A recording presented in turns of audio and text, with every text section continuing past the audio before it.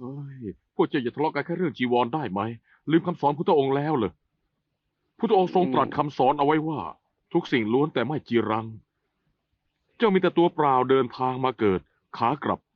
เจ้าก็ต้องกลับไปแต่เพียงแต่ตัวเท่านั้นเอง ไปแย่อาจารย์เทศกันใหญ่จนได้เลยเห็นไหมล่ะ พี่ลองฟังข้าก่อน ฟังนี่ทำอะไรได้แล้วมันโทษ ฟังหน่อยนะ เอาละรู้แล้ว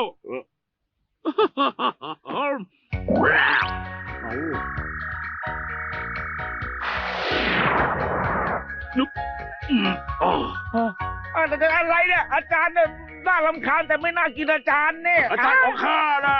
พูดปากนะ เออ อาจารย์เป็นไงบ้างฮะ หงอคง อาจารย์น่ะไม่เป็นไรหรอก แต่อึดอัดเล็กน้อยเท่านั้นเอง โอ้ย หงอคงทำไมเจ้าถึงกลืนอาจารย์ลงมาเนี่ยฮะ อาจารย์เรา4 คนเนี่ย ใครศึกษาพระธรรม และท่องขึ้นใจกว่าเพื่อน ก็อาจารย์ไงเล่าคนที่รับมือเข้าก็คืออาจารย์ไง พี่ใหญ่น่าจะเป็นพี่มากกว่าอาจารย์นะ